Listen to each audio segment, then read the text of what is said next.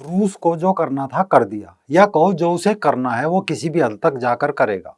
फिलहाल पुतिन ने पूर्वी यूक्रेन में दो नए देशों की घोषणा कर दी है। इनके नाम दिए हैं People's Republic of the Donetsk और लुहांस्क। यानी पृथ्वी पर पुतिन की कलम से दो नए देशों का अवतरण हो चुका है। नमस्कार दोस्तों, रंग दे बसंती देखना शुरू कर चुके हैं आप। मैं हूं राजीव चौधरी।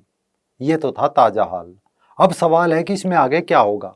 क्या बात यूक्रेन को तोड़ने तक सीमित रहेगी, या ये कोई भविष्य का एक नया गेम प्लान किया जा रहा है? क्योंकि इसमें जिस तरीके से चाइना का रुख है वो अनदेखा नहीं किया जा सकता।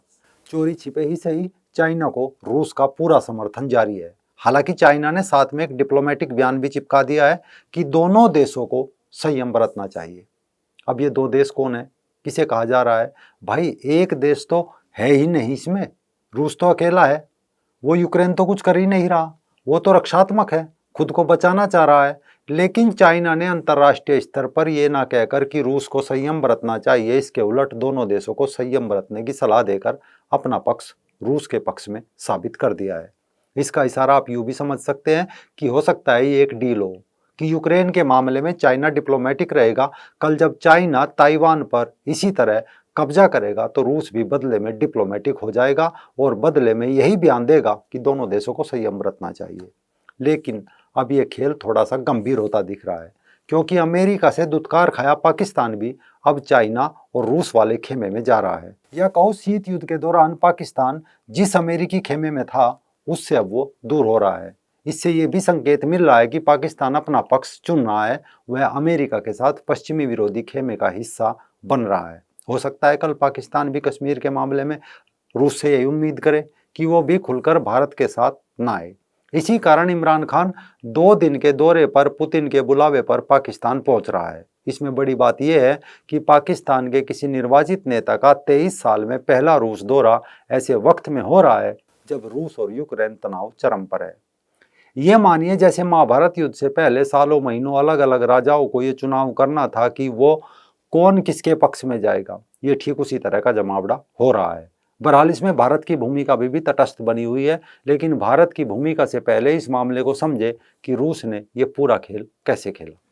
दरअसल डोनेस्क और लुहांस्क पूर्वी यूक्रेन के वो हिस्से हैं जो रसिया और यूरोप के रास्ते में पड़ते हैं। साल 2014 में यूक्रेन का राष्ट्रपति था विक्टर यानुकोविच। वो पुतिन का समर्थक था। सब मामला ठीक चल रहा था। उम्मीद थी कि यूक्रेन का जल्द ही रूस में विलय हो जाएगा।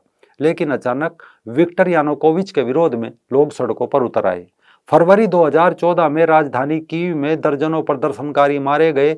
विरोध इतना बढ़ चला कि 22 फरवरी 2014 को यानुकोविच को देश छोड़कर भागना पड़ा। इससे रूस के हाथ निराशा हाथ लगी। लेकिन रूस ने तय कर लिया कि पूरा यूक्रेन ना सही, कम से कम यूरोप जाने का मार्ग तो तलाश कर ही लिया जाए, और ये सोचकर डोनेस्क और लुहांस्क में विद्रोही खड़े कर दिए। ठीक उसी तर्ज पर जैसे अमेरिका ने तालिबान को खड़ा किया था या इराक में ISIS को खड़ा किया था। ये भी इसी तरह का गेम का एक हिस्सा है। सेम फार्मूला या कहो पुराना प्रयोग रूस ने 8 साल पहले यूक्रेन में दोहरा दिया था। यानी साल 2014 से ही रूस समर्थित विद्रोहियों की एक बड़ी खेप यूक्रेन में यूक्रेनी सेना से जंग लड़ रही है, जिन्हें रूस का समर्थन प्राप्त है। दरअसल ये दुनिया के ताकतवर देशों का एक बेहतरीन प्रयोग है। किसी भी देश को तोड़ने का या को कब्जा करने का, यानी पहले किसी भी देश में विद्रोही खड़े किए जाए, जब वहां हिंसा हो शांति के नाम पर अपनी सेना भेज दो और शांति के नाम पर ही उस देश पर कब्जा करो या फिर उसके अंदर एक नए देश का निर्माण करो। भले ही कुछ भी कहो, लेकिन विश्लेषक मानते हैं कि भारत ने इसी नीति का सफल प्रयोग 1971 में पाकिस्तान के 2 हिस्से करने में किया था, जबकि पाकिस्तान इसमें 2 बार फेल हो चुका है। 1984 में पंजाब में उसे भारी विफलता हाथ लगी और 90 के दशक में कश्मीर में भी वो बुरी तरह विफल रहा। अमेरिका, रूस, वियतनाम समेत इराक, लेबनान, अफगानिस्तान समेत कई देशों में इसी नीति से सफल और असफल दोनों रहा है। अब बारी रूस की है, वो भी सेम मॉडल अपना रहा है। इसी कारण कई पश्चिमी पर्यवेक्षक कहते हैं कि पुतिन ने एक भी गोली चलाए बिना दुनिया का ध्यान अपनी तरफ खींच लिया है। उसने साबित किया कि रूस महत्वपूर्ण है, यूक्रेन को अस्थिर कर दिया है और धारणा बना दी कि उसका भविष्य रूस के हाथ में है। यानी पुतिन ने अपने देश में अपना कद भी बढ़ा लिया है। अब ये कद वाली बात कुछ यूं है कि पिछले कुछ सालों से पुतिन कई मामलों में देश के अंदर घिर चुके थे। एक तो रूस के सामने आर्थिक कठिनाई, दूसरा अलेक्सी नावल्नी जैसे विपक्षी नेताओं के दमन से लोगों का ध्यान भटकाना। हालांकि इसमें रूस को कई मोर्चों पर नुकसान भी होगा, लेकिन उससे बचने के लिए रूस ने अर्थव्यवस्था को बाहरी प्रभाव से बचाने के लिए किलेबंदी की है। यानी उसने तेल गैस के वैकल्पिक खरीदार बनाने की उम्मीद में चीन से रिश्ते मजबूत किए हैं।